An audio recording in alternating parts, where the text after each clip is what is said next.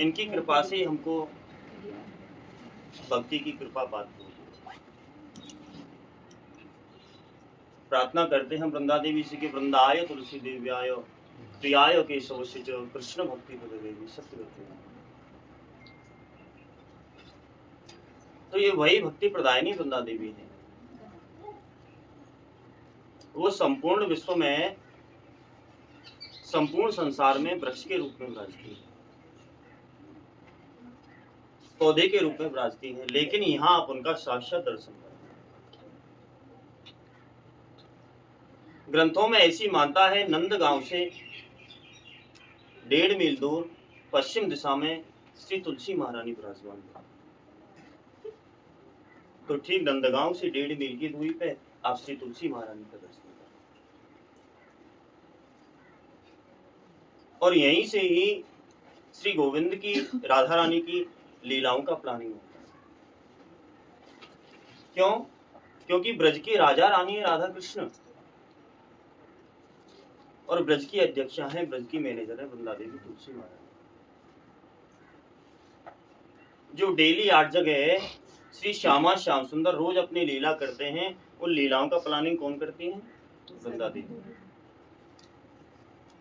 तो ये सबसे पहला स्थान है जो राधा रानी अष्ट सखियों के साथ में, ठाकुर जी के साथ में रोज श्री राधा रानी सुबह 7 बजे से लेकर के 8:24 तक रोज वृंदाकुंड में आते हैं। आज भी आए थे और आज भी उनकी चरणों पादुका वृंदाकुंड में बनी थी। सुबह 7 से 8:24 तक रोज आना। ये वृंदाकुंड है। मंदिर के पीछे आप एक कुंड का दर्शन करेंगे। उस कुंड का नाम है गुप्त कुंड,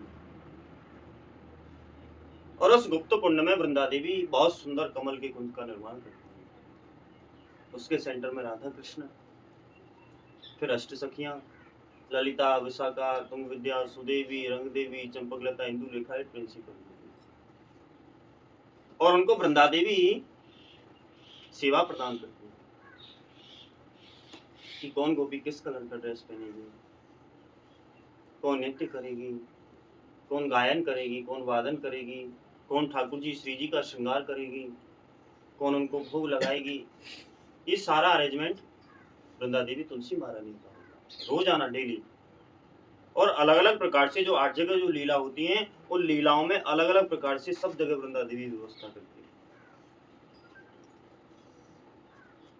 तो ये सबसे पहला स्थान है गुप्त कुंड। यहाँ रोज क्लोल करती है श्री राधा रानी अष्ट सखियों के साथ। इन वृक्षों का आलिंगन करती है लाडली जी। रोज कन्हैया मुरली बजाते हैं इन वृक्षों पर बैठ करके 1.5 घंटे रोज, सुबह 7 से और 8:24 तक, और वो व्यवस्था करती है वृंदा देवी।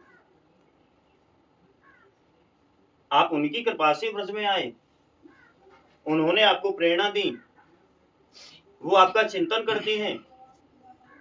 वो चिंतन कैसे करती हैं कि आप देख सकते हैं, वो एक हाथ से आशीर्वाद दे रही हैं। वो सबको भक्ति का आश्रय प्रदान करती हैं कि आपको ठाकुर जी की शरणागति मिले, गोविंद कृपा मिले, भगवान की भक्ति मिले। और लेफ्ट हैंड में आप देख सकते हैं एक कमल पुष्प का आप दर्शन कर रहे हैं, देख रहे हैं, और फिर एक येलो कलर का पैरेट है। इस पैरेट का नाम दक्ष है, और यह वृंदा देवी का मैसेंजर है, संदेश वाहक है। इसके सानिध्य में 1 लाख तोता है, जो पूरे वृंदावन में, पूरे ब्रजभूमि में आप सबका संदेश देख रहे हैं, आपका आवागमन देख रहे हैं कि आज वृंदावन में कौन आने वाला है, कहाँ आपने दर्शन किया। आप दर्शन के लिए आए हैं या घूमने के लिए आए हैं या भक्ति पाने के लिए आए हैं, वो सब वृंदा देवी देख रही है, सब आपका चिंतन कर रही है। ये वृंदावन जो है, ये पूरा ब्रज 84 कोस को हम वृंदावन के नाम से जानते हैं। और ये वृंदावन कोई घूमने का स्थान नहीं है, ये कोई पिकनिक मनाने का स्थान नहीं है। ये वृंदावन तो साक्षात श्री भक्ति पाने का स्थान है, दर्शन करने की जगह है। ये श्री गोविंद का हृदय कमल है। श्यामा हृदय कमल सो प्रकट्यो, श्याम हृदय को भाई वृंदावन प्यारा। जब आप वृंदावन की ओर प्रवेश हुए, आपको वृंदावन में जब आना हुआ, तो श्री गोविंद ने आपको गोद में उठा लिया। और वृंदावन में प्रवेश होने से पहले सबसे पहले वृंदा देवी का ध्यान करो, वृंदावन को दंडवत करो। ये कोई साधारण भूमि नहीं है, ये स्वयं श्री कृष्ण की, श्री राधा रानी की जन्मस्थली है। ये साक्षात परम ब्रह्म यहाँ आकर के अपनी गौ चारण लीला की गोविंद ने श्री किशोरी जी के साथ में, अष्ट सखियों के साथ में रास किया, और आज भी करते हैं। ये वही पावन पवित्र ब्रजभूमि है। और इस ब्रजभूमि में आकर के श्री यमुना महारानी का, गिरिराज गोवर्धन का आश्रय, ब्रजजनों का आश्रय, ब्रज की गौ माता का आश्रय, और गिरिराज गोवर्धन की कृपा, तुलसी महारानी की कृपा, तब तो भक्ति में आनंद है। अन्यथा ऐसे ही अपना लक्ष्मी खर्च किया, आए वृंदावन और चले गए। और जहां भी आप दर्शन करने जाओगे तो सबसे पहले इसी बात का ध्यान रखना है कि आज ठाकुर जी ने किस तरीके से श्रृंगार किया है, आज राधा रानी ने कैसा श्रृंगार किया है, आज वृंदा देवी आज कौन से पोशाक पहने हुए हैं। यही तो दर्शन है, और क्या दर्शन है वृंदावन में। अब मान के चलो हमने कोई चाट पकौड़ी खाई, तो चाट पकौड़ी खा करके हम क्या कहेंगे, आहा आनंद आ गया, मजा आ गया, सॉरी मजा आ गया।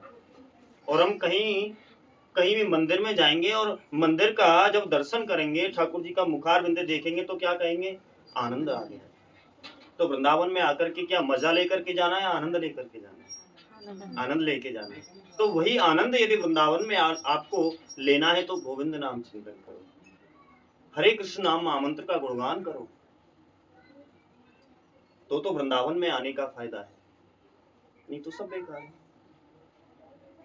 कभी भी इधर आकर के अपना ईगो मत दिखाओ कि हमारे पास तो बहुत पैसा है इसलिए वृंदावन में आए, हम बहुत ज्ञानी हैं, हमारे पास तो बहुत बड़ी पद प्रतिष्ठा है इसलिए वृंदावन आ गए। नहीं, वृंदावन कभी भी पैसे से नहीं आ सकते। वृंदावन तो जब तक वृंदा देवी कृपा नहीं करेंगी तब तक आप ब्रज में नहीं आ सकते।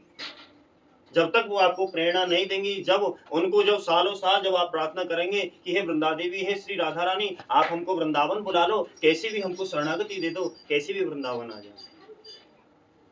लोग प्लानिंग करते करते थक जाते हैं, नहीं आ पाते वृंदावन। यदि पैसे से वृंदावन आती तो क्यों लक्ष्मी बेलवन में बैठ करके इंतजार कर रही है भैया। लक्ष्मी भी ठाकुर जी से कह रही है कि हे गोविंद, हे श्री कृष्ण, मुझे आप वृंदावन बुला लो।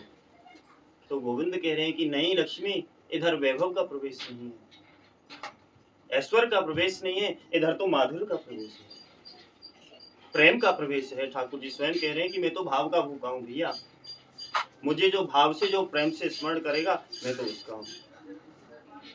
स्वयं कह रहे हैं कि एक बार मेरा होके तो देख, सारे मार्ग ना खोलो तो कह रही ना, उनके लिए बन के तो देखो, उनके लिए समर्पण होके तो देखो, कैसे वृंदावन में कृपा नहीं होगी। बस वृंदावन को दर्शन के भाव से देखो, हर जगह हर कण कण में श्री राधा रानी श्री कृष्ण का वास है। वृंदावन में आके अपराध करने का प्रयास मत करो, गंदगी मत फैलाओ वृंदावन में आकर के। गिरिराज यदि परिक्रमा कर रहे हैं, हमने कोल्ड ड्रिंक्स लिया या चाय का कोई भी कप पिया तो गिरिराज जी की तरफ नहीं फेंकना है, मल मूत्र इत्यादि हमको गिरिराज जी की तरफ नहीं। वृंदावन को हमें सजाने का और स्वच्छ रखने का प्रयास रखना चाहिए। ये वही पावन भूमि है। ठाकुर जी ने स्वयं इस वृंदावन के लिए, इस ब्रजभूमि के लिए वैकुंठ को छोड़ दिया। नहीं चाहिए वैभव, नहीं चाहिए ऐश्वर्य, नहीं चाहिए लक्ष्मी, नहीं चाहिए वैकुंठ, मुझे मेरा वृंदावन प्यारा लगता है, कहाँ इसको छोड़ के चला था। तो आज भी राधा रानी ठाकुर जी इस वृंदावन में है। वो जो कृष्ण है वो देवकी नंदन है, वो जो कृष्ण है वो द्वारकाधीश है, यशोदा नंदन, हमारो कारो कलुआ, हमारो ग्वारिया तो भैया वृंदावन में ही रहे और नित्य प्रति ब्रज गोपिन के घर पे जाके आज भी माखन मिलता, आज भी ब्रजजनन के अंग संग खेले हैं।